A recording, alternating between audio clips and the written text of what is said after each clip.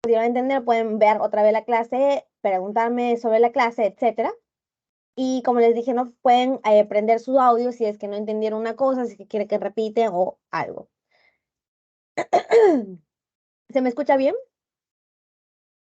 ¿Me confirman?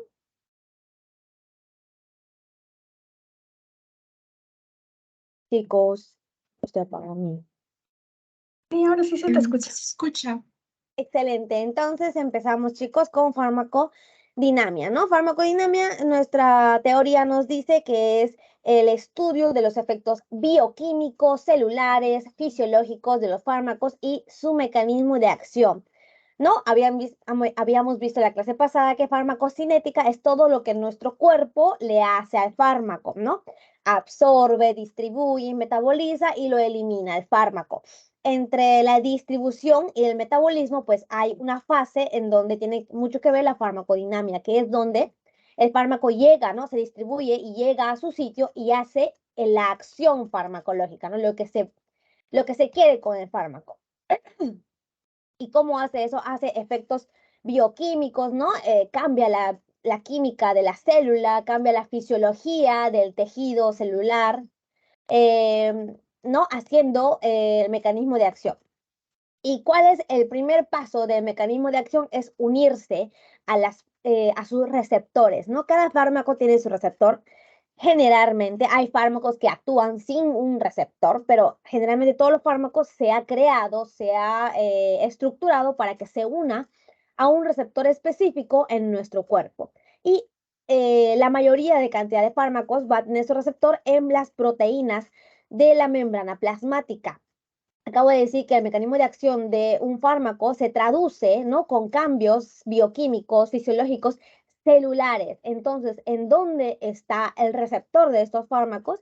En las células, ¿no? ¿En qué parte de las células? En la membrana plasmática, ¿no? ¿Y en qué parte de la membrana plasmática? En las proteínas. Ya puede haber proteínas periféricas o proteínas totalmente incrustadas en la membrana plasmática. Sabemos la estructura de la membrana plasmática.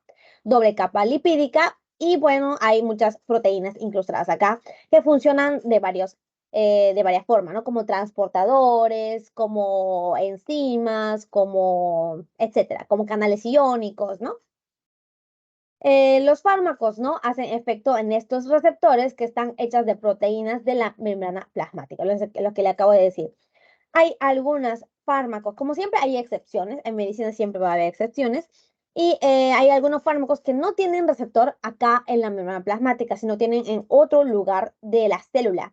Estas hormonas tiroideas, esteroideas o hormonas o fármacos, ¿no? Que son muy lipofílicos, ¿no? Habíamos hablado la clase pasada de que hay fármacos, ¿no? Con cierta característica química que son más solubles al lípido, ¿no? Que son más afín al lípido.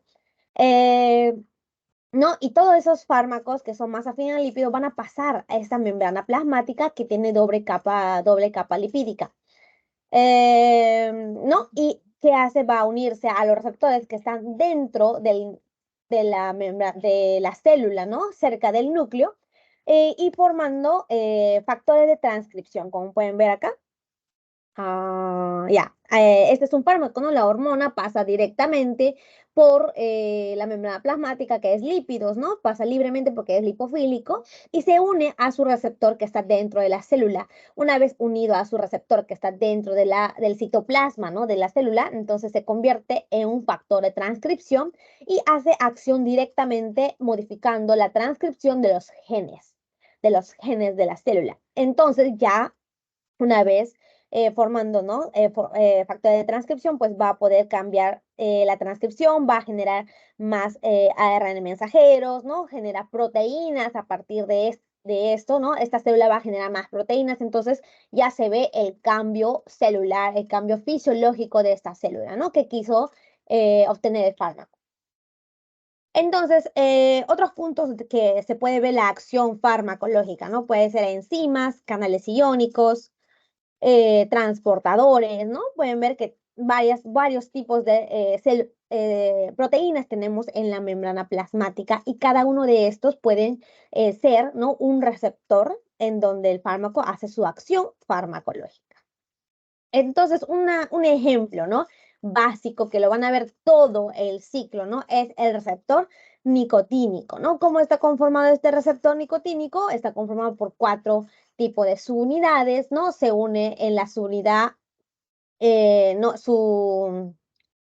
fármaco, ¿no? Se une a la subunidad alfa, ¿no? De este receptor, porque tiene varias subunidades, tiene alfa, gamma, delta.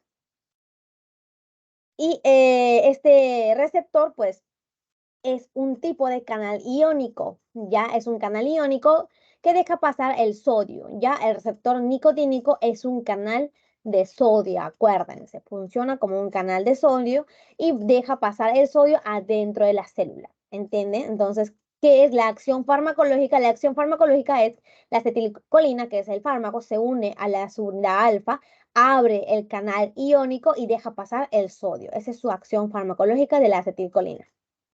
Ya, ejemplo, ¿no? Tenemos al receptor de la acetilcolina que es, ahí un ratito, voy a mandar el link del Teams a, al grupo este.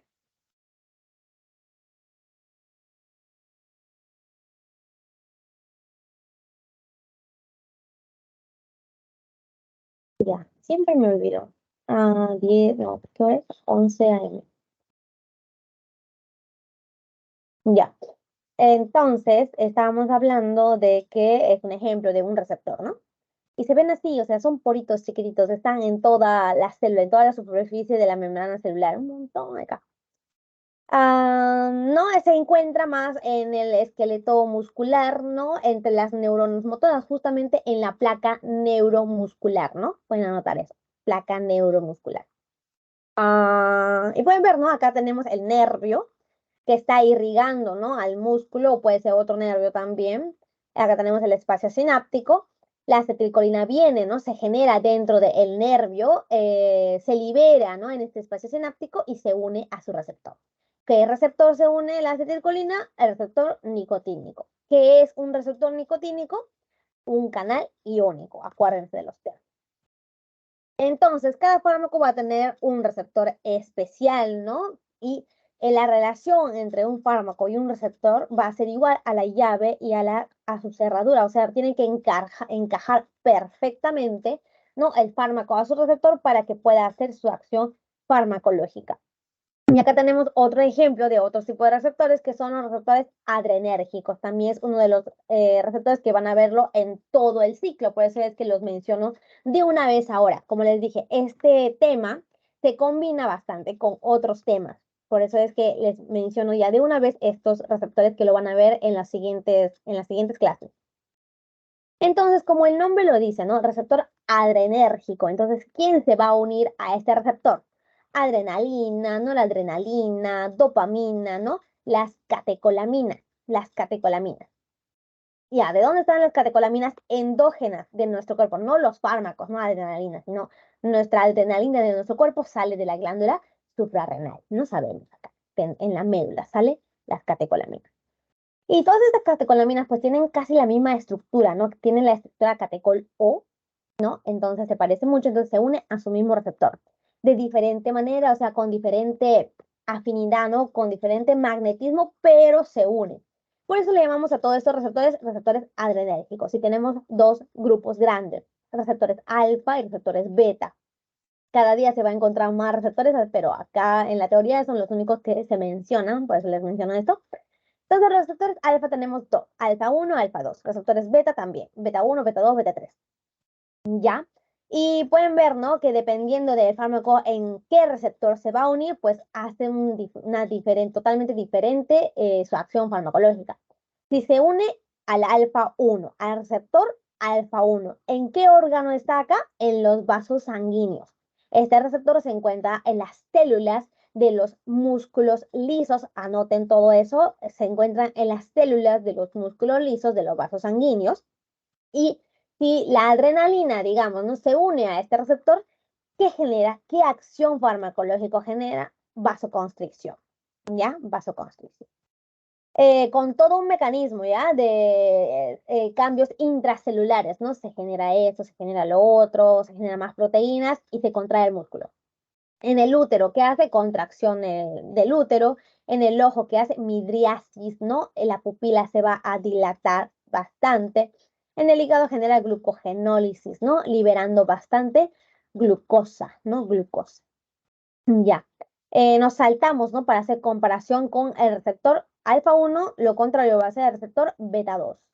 Si la adrenalina se une al receptor beta 2, que se encuentra en el mismo tejido, ¿no? En los vasos sanguíneos, en el músculo liso de los vasos sanguíneos, pues genera vasodilatación. Los vasos sanguíneos se dilatan, ¿no? Eh, hay más pase de sangre, ¿no? Más fácil, con más facilidad. Entonces, eso hace lo contrario, ¿no? Dependiendo de en qué receptor se está uniendo, ¿no? Con mucha afinidad, pues cambia la acción farmacológica. En el útero, por lo contrario, ¿no? Se relaja el útero, los bronquios se dilatan, en el hígado, bueno, lo mismo, ¿no? Genera glucogenólisis. Luego, otro receptor muy importante es el beta 1. El beta 1 se encuentra abundantemente en el músculo cardíaco, ya en el músculo cardíaco. ¿Y qué hace? Cronotropismo positivo e inotropismo positivo. Estos términos también se tienen que acordar porque son nuevos, ¿no? Me parece, o no sé, creo que lo vieron ya en fisiología, no me acuerdo yo ya hace como 3 años. Cronotropismo es la frecuencia cardíaca, inotropismo es la fuerza de contracción del corazón. Entonces, si la adrenalina se une al beta 1 que está en el músculo cardíaco, genera aumento de la frecuencia cardíaca e aumento de la fuerza de contracción del corazón. Ya aumenta todos estos mecanismos del corazón. El receptor alfa 2 es como que medio raro, ¿no? Lo vamos a especificar más la próxima clase que se trata del sistema nervioso autónomo, pero acuérdense que se encuentra en la neurona presináptica. Acuérdense solo de eso por ahora. Y así, chicos, dependiendo el mismo fármaco, la misma sustancia se puede unir a varios tipos de receptores y hacer diferente acción farmacológica. Otra cosa que tenemos que ver esta clase, ¿no? De farmacodinamia es este gráfico dosis-efecto. Ya, ahora sí, ya la clase pasada, ¿no? Era un gráfico también encurvado, ¿no? Era el tiempo que pasa con la concentración, ¿no? Del fármaco en nuestro organismo. Eso es la farmacocinética. Cómo cambia la concentración del fármaco mediante el tiempo en nuestro cuerpo. Ahora vamos a ver cómo actúa el fármaco, ¿no? ¿Qué tanto efecto se puede ver fármaco? Porque estamos viendo farmacodinamia. Ya acá en la pendiente X se va a ver la dosis que se va a ir agregando del fármaco y en la pendiente Y se ve la respuesta. ¿Qué se ve del fármaco, verdad? Ya. Y siempre va a generar una pendiente, ¿no? Una pendiente que, bueno, le dicen que tiene forma de S, ¿no? Si lo vemos así, tal vez, ¿no? Pero siempre va a terminar, ¿no? Una meseta, digamos, así, rectito. Y pues este gráfico lo que vamos a ver bastante de esta clase y bueno, se necesita, ¿no? Que se les quede bien y que se entienda bien este gráfico dosis-efecto o dosis-respuesta. Otra cosa que pueden acordarse ahora es que, todos los gráficos que vamos a ver ahora, ¿no? Siempre es sacado en un laboratorio, ¿no? En la clase pasada también hemos visto farmacocinética, hemos visto la concentración, hemos visto el tiempo, también fue medido todo en vitro, ¿no? En un laboratorio, ¿no? En un experimento. Ahora también todos los gráficos que vamos a ver es sacado de un experimento, ¿no? En el laboratorio, no es que estamos haciendo en el humano, o sea, se puede sacar esas cifras en el humano. Ya, entonces está grabando, ¿no? Voy a verificar si está grabando, porque si no está grabando, sí, me mato. Sí, está bien. Ya, entonces vemos vemos este gráfico, ¿no? Los fármacos con el mismo receptor. O sea, ahora vamos a comparar en el laboratorio dos fármacos que se unen a un mismo receptor, ¿no? ¿Cómo cambia su efecto? ¿En qué se diferencia estos dos fármacos y por qué es que cambia su efecto? ¿Ya? Acá vamos a hablar de dos términos muy importantes que les va a venir sí o sí en el examen, les va a preguntar sobre esto. Potencia y eficacia. Ya, en este caso vamos a comparar dos fármacos, el fármaco X, que es la acetilcolina, y el fármaco Y, que es la acetiltiocolina. ¿no? El nombre se parece, entonces, por lo tanto, su receptor también va a ser el mismo. ¿Qué receptor se unía a la acetilcolina, que ya lo hemos mencionado? El nicotínico. Nicotínico. Excelente participación. Puntos para todos. Entonces, estamos comparando, ¿no? Dos fármacos que se unen a un mismo receptor que es, espérame, ya, no, sí, es un mismo receptor, ¿no? Que se une al receptor nicotínico. Ya, entonces, ya pueden ver que el fármaco X, no, pues acuérdense que es el gráfico dosis-efecto, entonces la pendiente X va a ser la dosis, ¿no? Que se va a ir agregándole el fármaco, poco a poco, ¿no? Vamos a ir agregando al ratoncito a ver qué tanto efecto se ha visto. Acá es porcentaje, ¿no? 20%, 40%, 60%, 80%, 100%. ¿Ya? ¿Porcentaje de qué? De qué tanto se ha contraído, digamos, el intestino del ratón. No es necesario que sea el intestino, ¿ya? Puede ser, no, si el ratón nicotínico, mejor con un músculo, entonces, el intestino, ¿ya?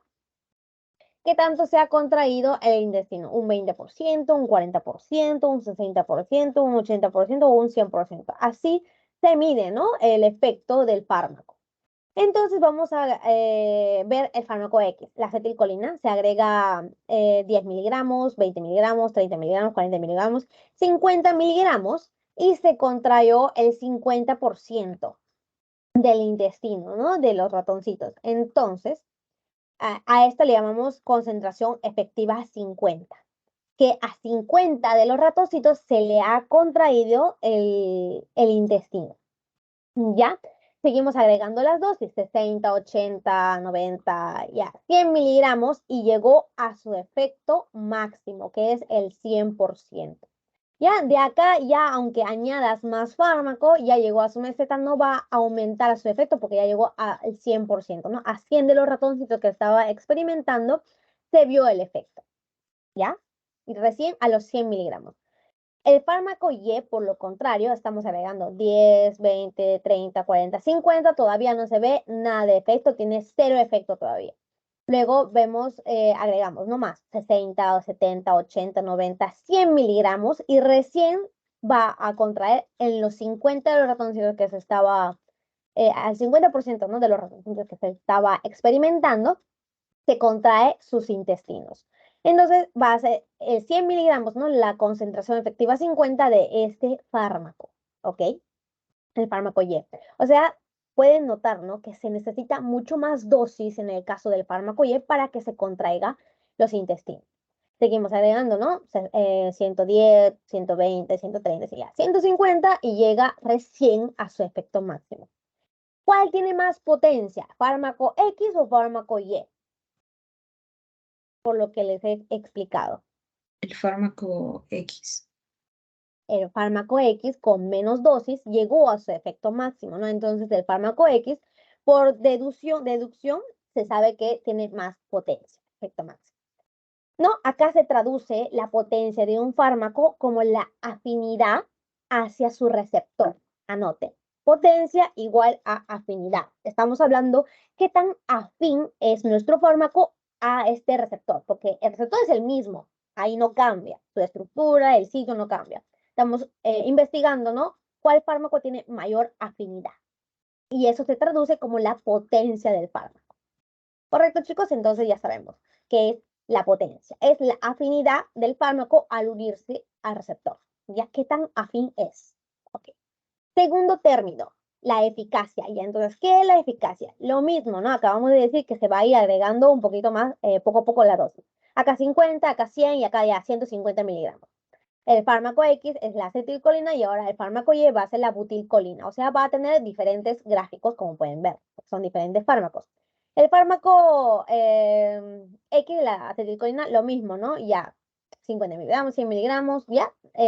Acá va a llegar a su efecto máximo, ¿no? El fármaco X. A diferencia del fármaco Y, le agregas dosis, le agregas más dosis, pero nunca va a llegar a el efecto del 100%. Solo va a llegar a contraer 50% de los ratoncitos que estaban ahí en el laboratorio, ¿ya? Entonces, ¿qué cambia entre el fármaco X y el fármaco Y? La eficacia. un fármaco que se contrae, ¿no? Que hace su efecto máximo del 100%, se le llama un agonista total. Y un fármaco que hace el efecto de menos del 100%, no sea 80, sea 60, sea 50%, le llamamos que es un agonista parcial. Ambos son agonistas. ¿Qué significa agonista? Agonista significa que se une al receptor, ¿no? Porque tiene afinidad al receptor del fármaco y va a hacer una acción intrínseca. ¿Qué es la acción intrínseca? Toda la farmacodinamia, ¿no? Del fármaco, la acción farmacológica, el cambio celular, el cambio fisiológico, el cambio bioquímico que se va a hacer, ¿ya? Esa es la acción intrínseca. Entonces, un fármaco agonista, ¿no? Cualquier agonista, parcial o total, tiene afinidad, anoten, tienen afinidad al receptor y va a tener una acción intrínseca. Ese es un agonista. Hay agonistas parciales y hay agonistas totales. Los agonistas totales tienen mayor eficacia, ¿no? Porque luego de haberse unido al receptor se ve un efecto del 100%. O sea, 100% de los ratoncitos se vieron la contracción del intestino. El agonista parcial tiene menor eficacia porque no se va a contraer los intestinos de todos los ratones, solo el 50%. ¿Ok? Esa es la diferencia con dos fármacos que se unen a un tipo de receptor. Y acá dice la teoría. Aunque sean dos tipos de fármacos, ¿no? Que hagan efecto en el mismo receptor, dependiendo de cada fármaco, difiere la concentración que se necesita para que hagan en efecto, ¿no? Dependiendo del fármaco, se difiere, ¿no? La concentración que se necesita para que se haga un efecto. O difieren del efecto máximo que se puede ver según el fármaco, ¿no? Difieren del efecto máximo, como en el caso de los agonistas parciales.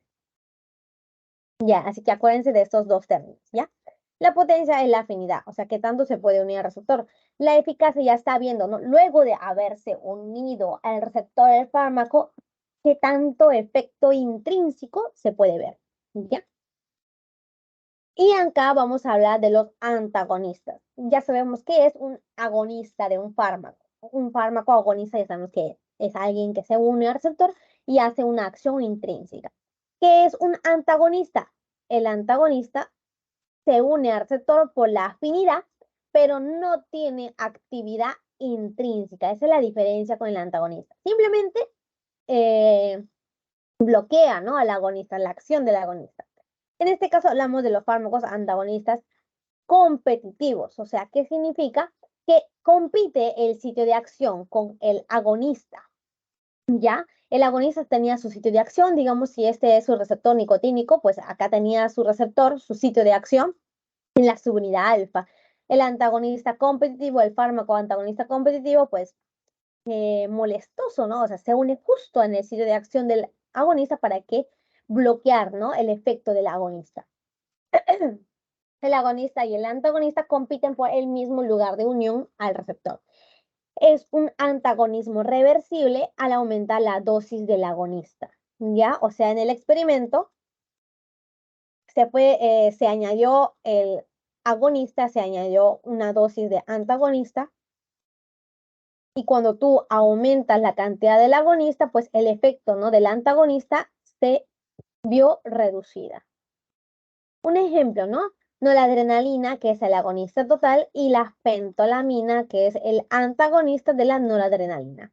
A ver qué pasa, ¿no? Cuando se usa estos dos tipos de fármacos en un mismo experimento. Los antagonistas competitivos aumentan la concentración efectiva sin modificar la respuesta máxima. Observamos que la curva se va a ir hacia la derecha, como pueden ver. Acá explicamos este gráfico dosis-respuesta porque es muy importante.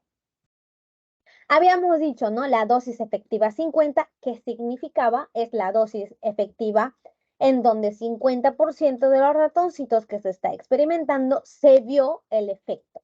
Los otros 50 todavía no se ha visto ni un solo efecto. A los 50 ya se le contrayó el intestino, ya se le movió el corazón, ya se pasó algo, pues, ¿no? Del fármaco. En este caso, como estamos usando la noradrenalina, pues digamos que se ha contraído el corazón o hubo taquicardia en los ratones. Ya. Cuando se agrega, ¿no?, el agonista solo, se da 10 miligramos, 20 miligramos, 30 ya, 50 miligramos y se contrajo, ¿no? El 50, hubo taquicardia en el 50% de los ratones. Esa es su dosis efectiva 50 miligramos. Luego,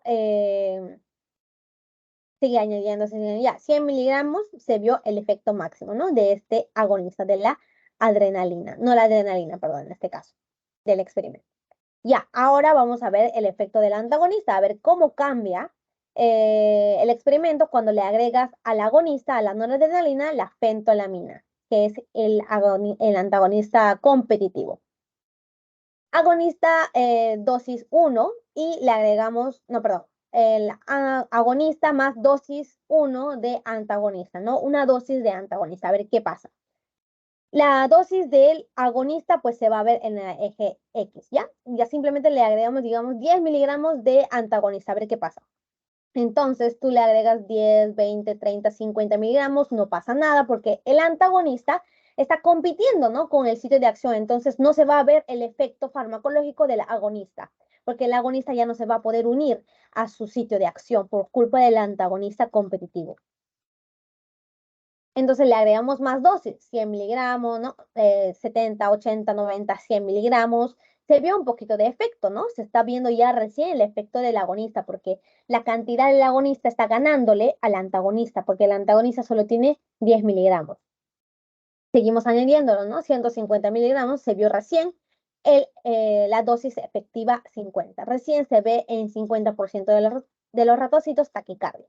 Seguimos añadiendo 200 miligramos y recién va a tener un efecto máximo el agonista, ¿no? O sea que sí o sí va a llegar a su efecto máximo, ¿no? Al 100%, pero se va a tardar más. Va a necesitar más dosis de agonista para poder revertir el efecto del antagonista, ¿ok? El efecto que está bloqueando el antagonista al agonista. ¿Se entendió? Más o menos. Acuérdense de eso. El antagonista competitivo va a ser una acción reversible porque sí o sí llega a su efecto máximo el agonista, ¿no? Pero va a aumentar la dosis efectiva 50, o sea, se va a necesitar más dosis cada vez más para que haga el mismo efecto, ¿no? Del 50% de los ratoncitos. Y siempre esta curva se va a ir desplazando hacia la derecha. Si agregamos más dosis de antagonista, ¿no? 20 miligramos, 30 miligramos, pues cada vez más va a bloquear más y va a tardar el efecto que puede verse en el agonista, en la noradrenalina. ¿Sí? ¿Se comprendió? ¿Preguntas? Nada, hasta ahora. Una pregunta, ¿Preguntas? disculpa. En la anterior parte, ¿qué habías mencionado acerca de los receptores antagonistas? ¿No me equivoco? Uy, perdón. ¿Acá? Ah, no, en esa misma diapositiva, la parte de abajo, donde dice el agonista y el antagonista. Esa parte la podrías repetir, a la anterior. ¿Esta? No, no, Acá. la parte de la izquierda. Acá. Ajá, la de abajo. El agonista y el antagonista van a competir por el mismo lugar de unión al receptor, ¿no? Pueden ver, por eso le llamamos competitivos, porque el antagonista está compitiendo con el agonista para unirse al mismo sitio de unión. ¿Sí?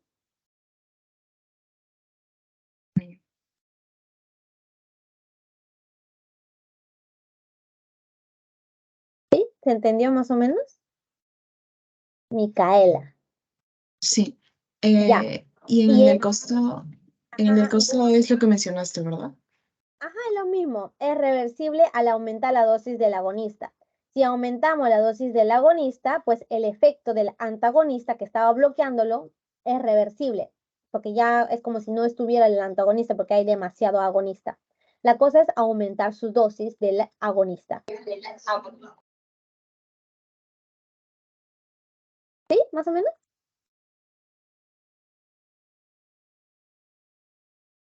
Ah, ya. O sea que si nosotros aumentamos el agonista, podemos revertir el efecto, ¿a eso se refiere? Sí. Podemos Ay, revertir el efecto del antagonista. Muy bien. En este caso, acuérdense que estamos hablando del antagonista competitivo, porque hay un antagonista no competitivo, ¿no? Que no necesariamente se une al mismo sitio de acción, no está compitiendo, ahora se une a otro lugar, hace una unión covalente con el receptor y el efecto va a ser irreversible. Voy a cargar mi laptop porque ahorita se me apaga. Un ratito, vayan leyendo esta parte. Les dejo acá.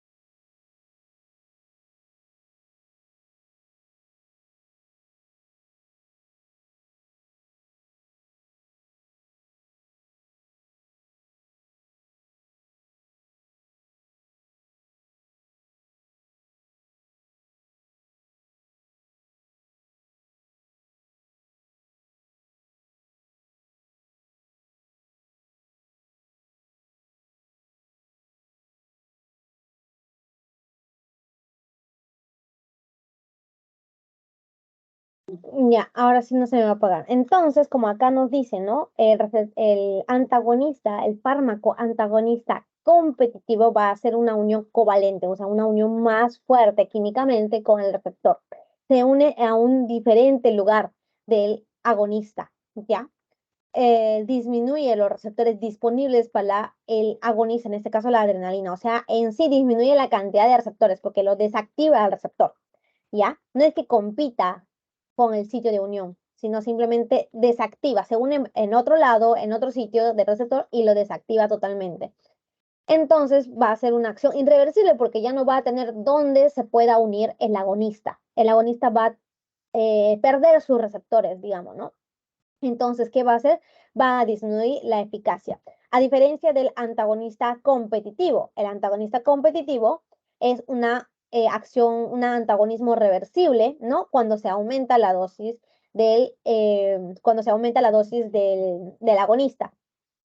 Y como pueden ver, ¿no? Como se desplaza la curva hacia la derecha, eso significa que estamos disminuyendo, ¿qué cosa? La afinidad, ¿ya? La afinidad hacia el receptor. ¿Qué era la afinidad? Que tanto se puede unir el agonista a su receptor. Como estamos bloqueando, ¿no? El sitio de unión con el antagonista, obviamente no tiene dónde unirse, o sea, se une menos el agonista a su receptor. Entonces va a disminuir la potencia del fármaco, ¿no? La afinidad del receptor al fármaco. Ya. Eso es con los antagonistas competitivos. Con los antagonistas no competitivos, como les dije, va a disminuir la eficacia. Con el gráfico la sacan, ¿no? Va a ser una diferencia vertical. Pueden ver acá el agonista solo, en este caso la adrenalina, y le agregamos la fenoxibenzamina, que es un antagonismo no competitivo, ¿no? Un antagonista no competitivo. Entonces va a bajar poco a poco su eficacia, ¿no? Y ya no va a llegar a su efecto máximo del 100%, sino va a llegar al 60, a 80, luego a 60, a 50 y pues va a bajar más. No, los antagonistas no competitivos va a disminuir la eficacia del fármaco, ¿no? La eficacia del agonista. Ok, acuérdense de eso. Ahora vamos a ver todos los tipos de receptores que es muy preguntado. ¿Ya? Muy preguntado. En el pretest también les ha venido esto. Los receptores ionotrópicos. ¿Qué son los receptores ionotrópicos? Receptores que sirven de canales iónicos. ¿Ya? Canales iónicos. Puede ser canal de Pueden ver acá. Pueden ser canal de sodio, canal de calcio, canal de potasio, canal de cloro, ¿no? Y hay muchos tipos de fármacos que hacen acción en estos tipos de canales iónicos. Y todos estos canales iónicos les llamamos receptores ionotrópicos. Entonces, chicos, ¿cómo se llamaba el receptor de la acetilcolina? Repasando, la clase de hoy, Nicotínico. El nicotínico. nicotínico Entonces, ¿qué tipo de receptor es el nicotínico? ¿Qué hacía? es un canal iónico Es un canal iónico, es un que canal permitía de la entrada de sodio a la célula. sodio. Muy bien, excelente, ya, perfecto, con eso ya tienen ya. Así igual que el receptor nicotínico, tenemos muchos tipos de otros receptores, ¿no? La gabapentina, este receptor va a dejar pasar el cloro, la lidocaína, que deja pasar el sodio también, ¿no? En el músculo cardíaco, el verapamilo, ¿no? Que se encarga de pasar el canal que se encarga de, que es un canal de, perdón, no, que se une al canal de calcio, ¿ya? Y así hay muchos tipos de fármacos con diferentes receptores ionotrópicos, ¿ya? Por ejemplo, ¿no? La lidocaína, tetracaína, que se encarga de, son fármacos antiarrítmicos, ¿no? En este caso van a actuar en el corazón, ¿no? Porque es arritmia, ¿no? Es una enfermedad cardíaca, entonces, ¿dónde se tiene que distribuir el fármaco? En el corazón. ¿Y qué tipo de receptor va a unirse la lidocaína? A un receptor ionotrópico. ¿Qué tipo de receptor? En un canal de sodio. Ah, Ya, y acá nos presentamos dos tipos de canales iónicos, ¿no? Receptores ionotrópicos, que van a verlo un montón, ¿no? En el parcial. En el final también, pero más en el parcial. Entonces, receptor nicotínico, ya sabemos, ¿no? Este receptor de la acetilcolina, en sí vamos a ver bastante en la clase siguiente, ¿no? Que es la clase del sistema parasimpático, porque la acetilcolina es un neurotransmisor del sistema parasimpático. Entonces, va a entrar el sodio, ¿no? Y su mecanismo de acción es despolarizar a la membrana del músculo, ¿no? Pueden ver acá, se genera la acetilcolina, se libera la acetilcolina, se une a sus receptores nicotínicos que están en el músculo, ¿no? En la placa motora. Entra el sodio dentro del músculo, ¿no? Y genera despolarización de la membrana. Cuando entra mucho sodio, como es un ion positivo, pues va a activar más a la membrana, ¿no? Va a cambiar la composición eléctrica de la membrana y va a despolarizarlo. Ese es su efecto celular, su efecto fisiológico de la acetilcolina. A ver qué más hace, ¿no? Sus isoformas, ¿no? O sea, tenemos muchos tipos de receptores nicotínicos, pueden estar en el sistema nervioso central, en los ganglios autonómicos, ¿no? O sea, en el sistema nervioso autónomo de nuestro cuerpo, en la unión neuromuscular, etc. Tenemos otro tipo de receptor ionotrópico, que es el receptor GABAérgico, ya GABAérgico. Acá se pueden unir las benzodiazepinas, ¿no? Que son medicamentos psicotrópicos, ¿no? Con efectos sedantes, hipnóticos, ansiolíticos. O sea, ¿qué hacen? Calman el sistema nervioso central. Nuestro sistema nervioso central, con estos fármacos benzodiazepinas, se calman, genera hipnosis, ansiólisis, o sea, que te tranquiliza, no te seda, te duerme. ¿Por qué? Porque estos receptores GABAérgicos funcionan como canal de cloro, ya cloro, se une, ¿no? La benzodiazepina, bueno, tiene su sitio de unión.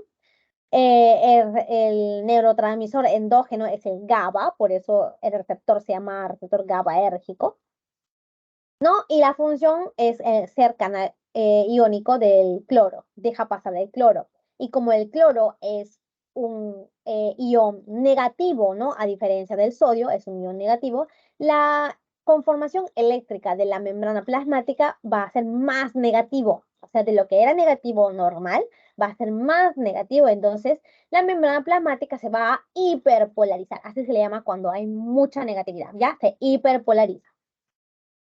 Y inhibe, ¿no? La función del nervio, porque estamos hablando acá del sistema nervioso central, ¿ya? En el sistema nervioso central, como lo inactiva, ¿no? Ya sabemos que el sistema nervioso, pues, es una constante comunicación eléctrica. Si generamos más electricidad negativa, obviamente la membrana de la neurona se va a dormir, se va a calmar, no va a haber actividad eléctrica. Entonces, ¿qué genera? Sedación, genera ansiólisis, ¿no? Se tranquiliza, genera hipnosis. Fácil, ¿sí o no? ¿Se entendió? No, ya saben, prenden su audio.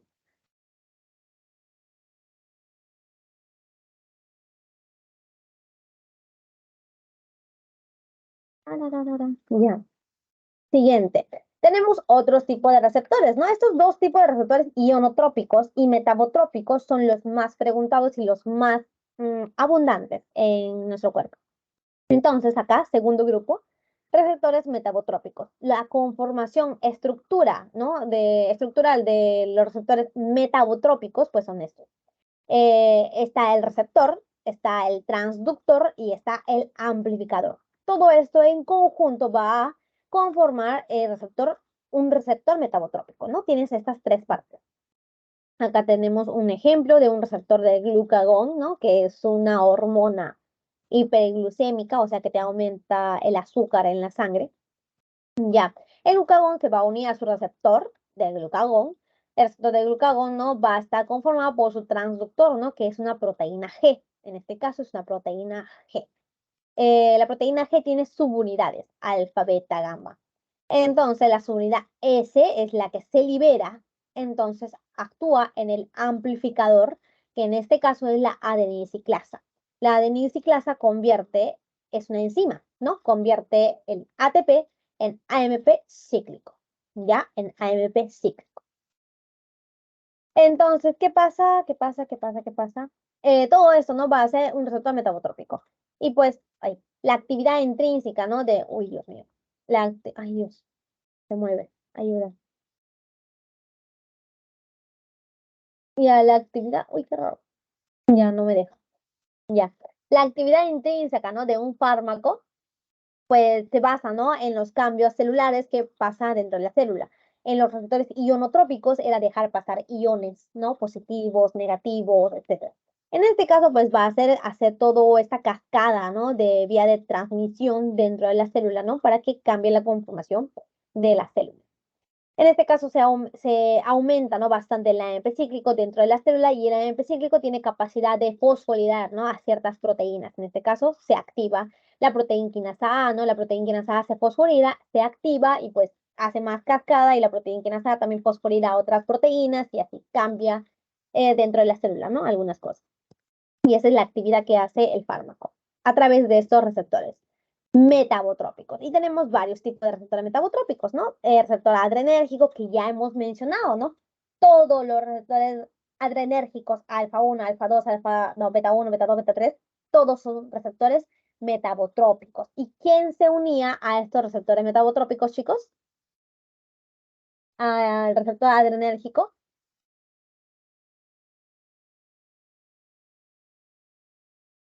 Vale. ¿Qué pasó? ¿Quién se une al receptor adrenérgico? ¿Catecolaminas? Adrenalina y catecolaminas. Adrenalina, ¿no? Noradrenalina, dopamina, fenilefrina, por ahí. Ya, bueno, sí, esos son los receptores, no, perdón, los fármacos, ¿no? O bueno, sí, fármacos que se unen a receptores adrenérgicos. Tenemos otros tipos de receptores metabotrópicos, ¿no? El receptor colinérgico muscarínicos. También es uno de los receptores de la acetilcolina. Acuérdense de eso. La acetilcolina tiene dos tipos de receptores, nicotínicos y muscarínicos. Muscarínicos va a ser un tipo de receptor metabotrópico que tiene toda la conformación que acabamos de ver, ¿no?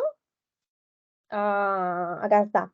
El receptor metabotrópico tiene su receptor, tiene su transductor que es la proteína G.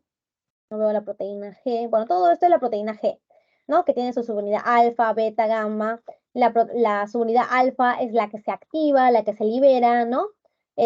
Actúa en su amplificador, que en este caso es la adenisiclasa, ¿no? Hay algunos amplificadores que también es la fosfolipasa C. Ya, esta es la fosfolipasa C, dependiendo de qué tipo de proteína G está unida a tu receptor. En este caso, la proteína GS está unida a una adenisiclasa que aumenta la actividad de la adenisiclasa. Luego tenemos también proteína G inhibitorias, ¿no? El receptor, por ejemplo, de los opioides, ¿no? El receptor MU de los opioides, acuérdense, un ejemplo, ¿no? Que van a verlo. Un receptor MU de los opioides está unida a la proteína G inhibitoria. ¿Y qué hace la proteína G inhibitoria? disminuye la actividad de la adenosiclasa, de su amplificador. Eso también es una acción farmacológica.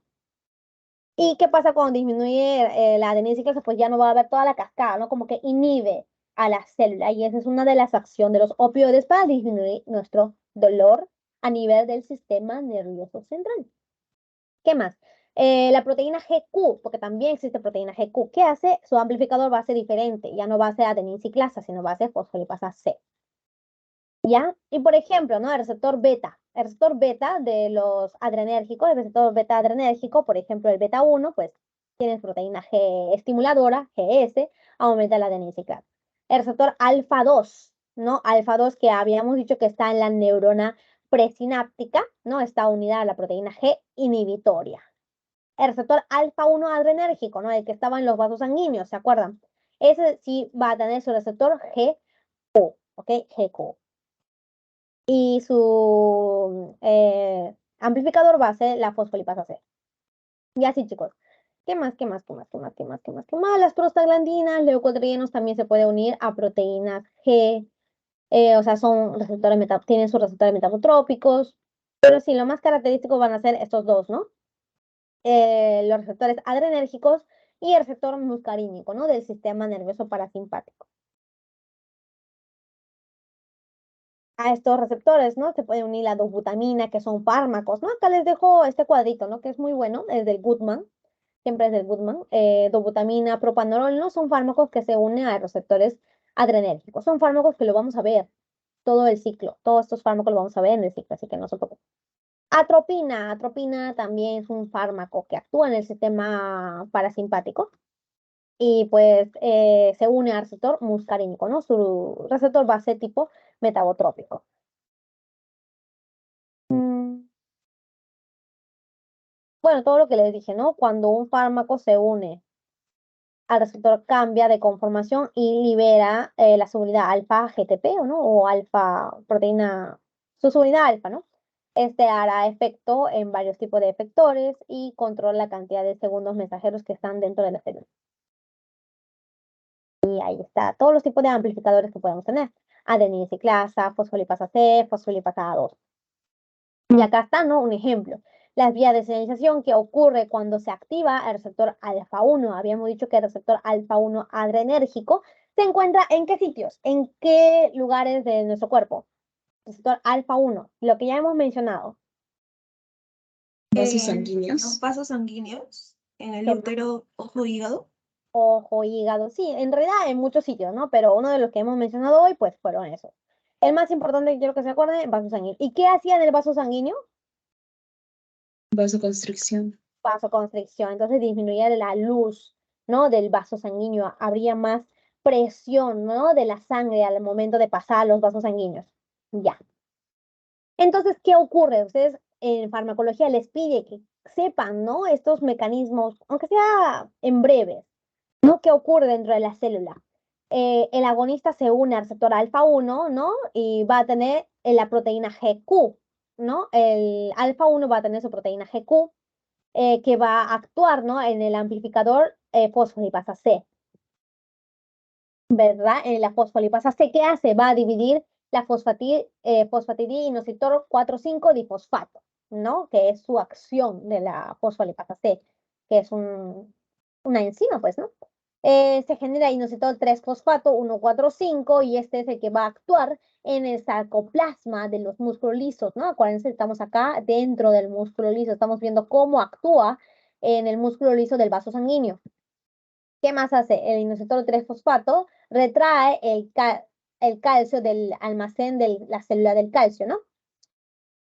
Ya seca, ya. La cosa es que hace acción, ¿no? En el retículo sarcoplasmático, ¿no? Donde se almacena calcio en los músculos.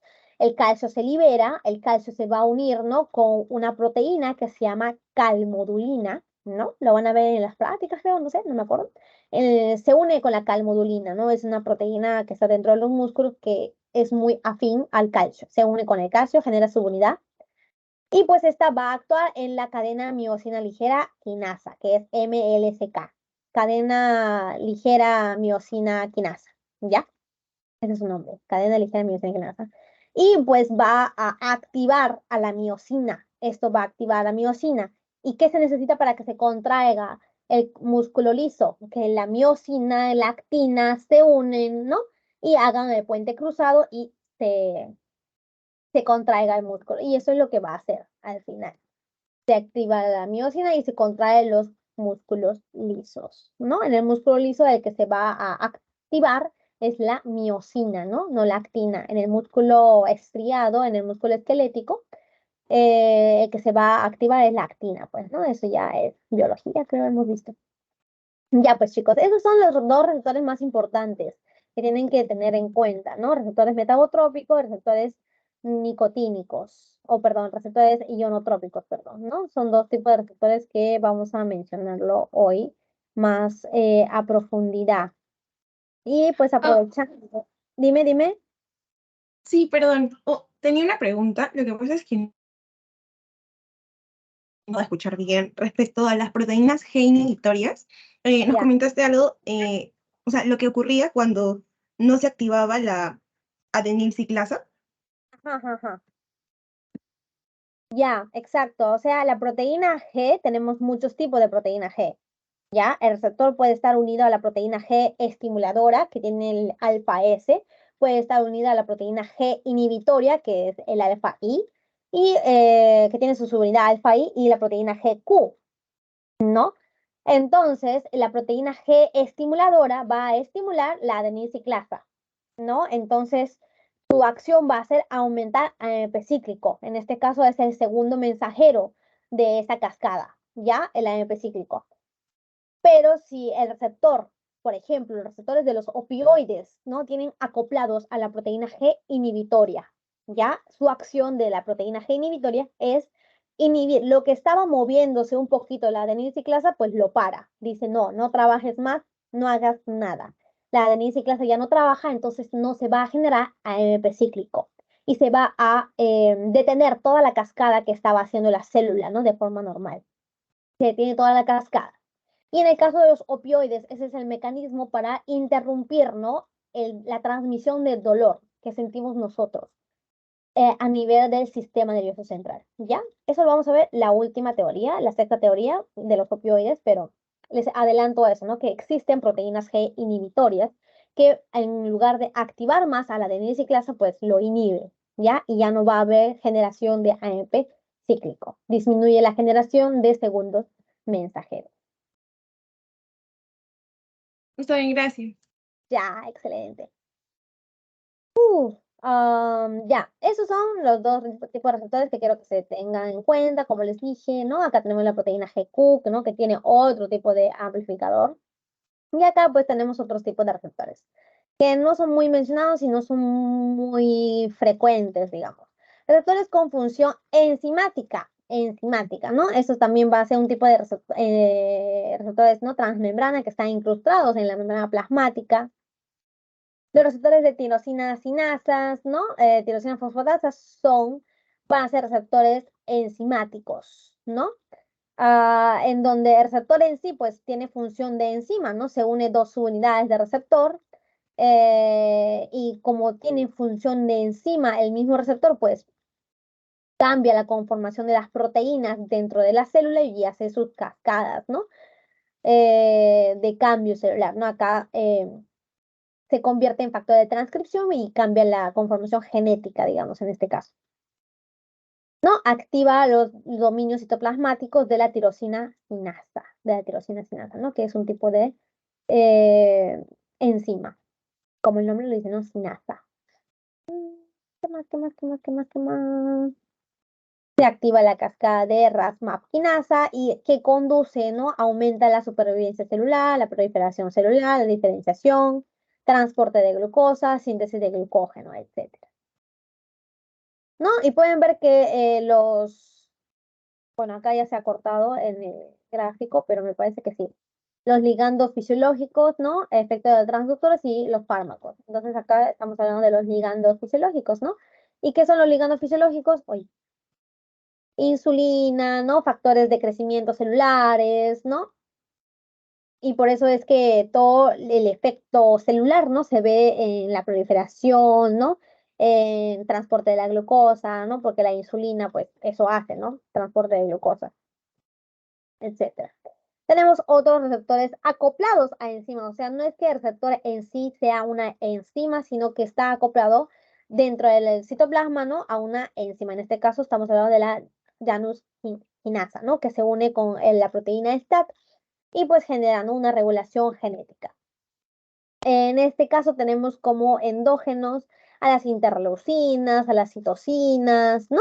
Que hace las citocinas, ¿no? Hemos visto en inmunología, me parece. Toda esta cascada de JAK-STAT-quinasas, ¿no? Hemos visto estas cascadas ya. Otro tipo de receptores, ¿no? Que pueden existir en farmacología. Ya. Pueden ser también hormonas de crecimiento, citocinas, prolactinas, ¿no? Y se une a la tirosina sinasa intracelular que se llama el JAK o Janus quinasa. Ya. Tenemos otros tipos de receptores que son los receptores intracelulares. Habíamos visto que fármacos claro, fármacos que son muy lipofílicos, estrógenos, andrógenos, cortisol, ¿no? Corticosteroides, ¿no? Que también sirven para disminuir la inflamación, ¿no? El dolor. Cortisoles, ¿no? Glucocorticoides, ¿no? Esos fármacos son muy lipofílicos, entonces no van a tener sus receptores en la membrana plasmática, sino estos fármacos van a entrar dentro de la membrana plasmática en el citoplasma, se va a unir con estos receptores intracelulares, se convierte en factores de transcripción y bueno, hacen su función de factor de transcripción, ¿no? Modificando la transcripción del gen, ¿no? Se convierte en factor de transcripción y regula la expresión genética. ¿Qué tipo de fármacos tenemos acá? Glucocorticoides, mineralocorticoides, estrógenos, vitamina D activa, ¿no? Todos estos fármacos muy lipofílicos tienen estos receptores. La actividad de estos fármacos se basa en controlar el aumento o disminución de la expresión de proteínas, ¿no? Ese es su cambio fisiológico celular que hace, ¿no? Y los nombres también se llaman tal cual, ¿no? Receptores de esteroides, receptores de hormona tiroidea, etc.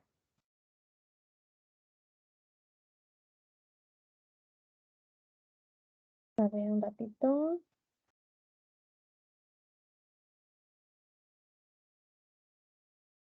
Ya, no.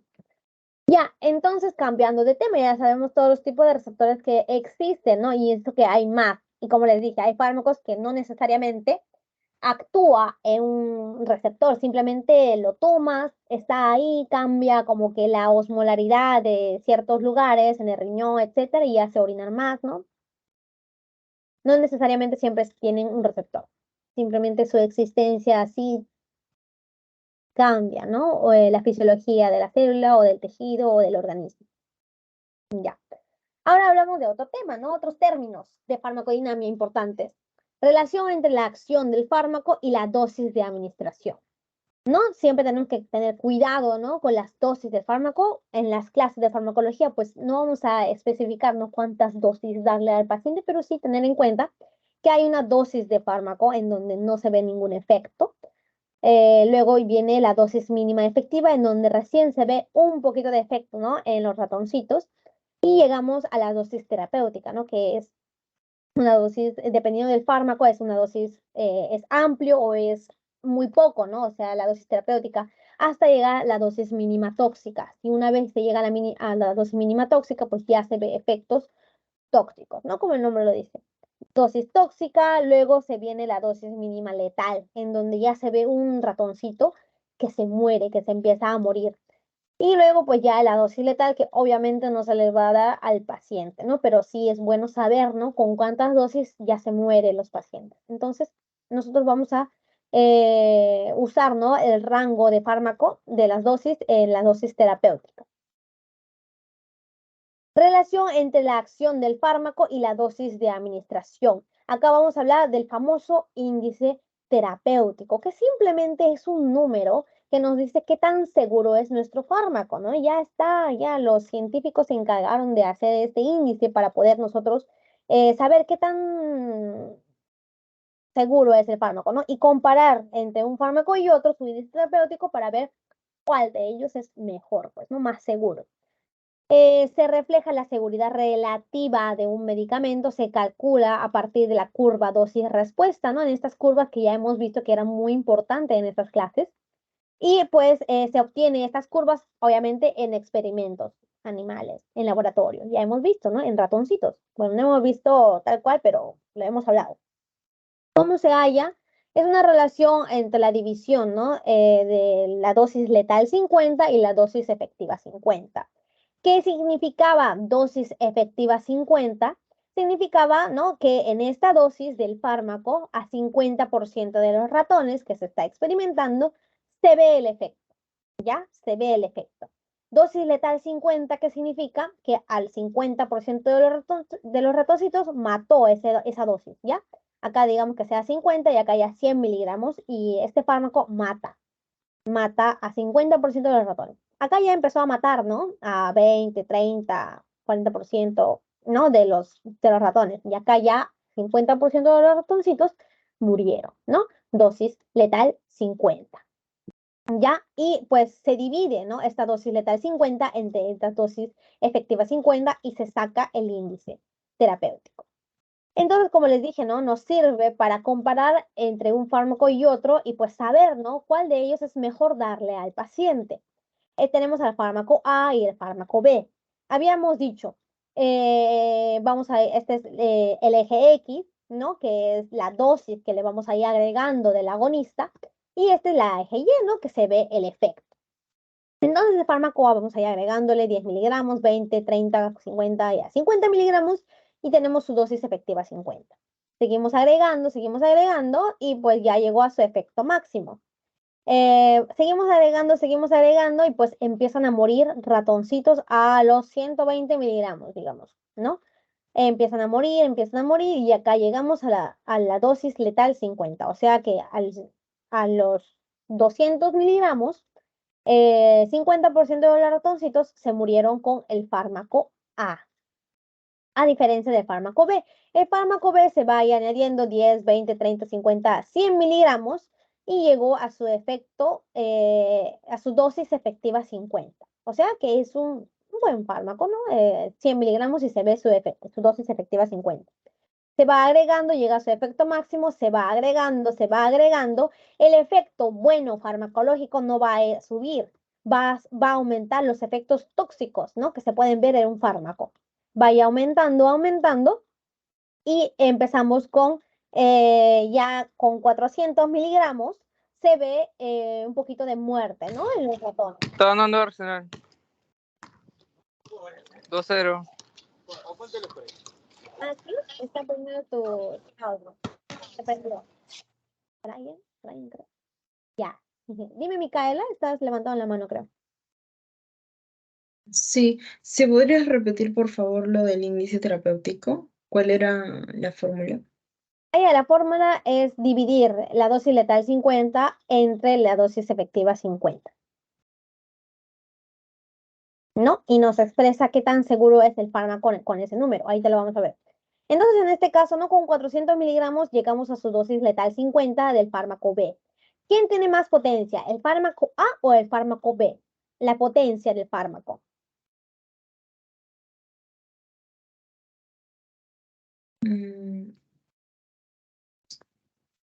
Cualquiera. A ver, dígame. ¿El fármaco A? El fármaco A tiene mucho más potencia porque con 50 miligramos se ve el efecto, ¿no? Del 50% de los ratones. En cambio, el fármaco B necesita 100 miligramos, ¿no? Para recién llegar a una dosis efectiva 50. ¿Cuál es más seguro? ¿No? Dividimos 120 entre 50. Ya vamos a dividir. A ver cuánto le sale. 120 entre 50. Es un ejemplo, no es que sea así ya. 2.4. Ya, acuérdense, el índice terapéutico del fármaco A, un ejemplo, 2.4. Ya habíamos dicho que la dosis efectiva 50 del B es 100 miligramos y la dosis letal 50 del B es 400 miligramos. Entonces dividimos 400 entre 100. Sabemos que es 4. Entonces, comparación, índice terapéutico del B es 4 y índice terapéutico del A es 2.4. ¿Cuál es más seguro? Según índice terapéutico. ¿Cuál es más seguro? El B. El B. El B, muy bien, porque cuanto más grande sea este número del índice terapéutico, es más seguro, ¿no? Porque se va a tardar, el B se va a tardar un poco en llegar a su efecto que queremos, el efecto farmacológico, pero se va a tardar mucho más en llegar a una dosis letal, entonces es más seguro. Cuanto más grande sea esta dosis, este índice terapéutico, es más seguro el fármaco, ¿ya, chicos? Eso sería todo la clase de hoy. A ver, vamos a ver el post-test. Vamos a ir mandándoles el link. Si tienen alguna pregunta, pueden ir haciéndolo ahorita. Y vamos a cerrar el pretest, ¿ya? Copia, copia, copia, copia, ya. Díganme, chicos, ¿alguna pregunta? ¿Querían saber algo más de esto? Tal vez en la teoría les dicen otra cosa.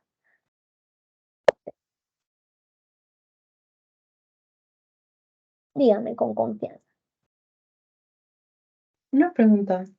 Dime. El antagonista competitivo es el que se une, o sea, es el que el fármaco se une al sitio del receptor y el no competitivo es el que se une en un sitio que no es este sitio de unión, sino son otro, ¿no? Ajá, correcto, correcto, correcto. Ya. Excelente. Muy bien. Entonces le vamos a enviar el post-test por el Teams, como la clase pasada. Si tienen dudas del pretest, del post-test, me lo dicen. Voy a estar acá un ratito más, porque hay tiempo, ¿no? Terminamos rápido. Son las 12, terminamos en 1 hora, creo. Allá, vamos a terminar la grabación. Dime. Ay, hola, Tania, ¿qué tal? ¿Me puedes escuchar? Sí, te escucho.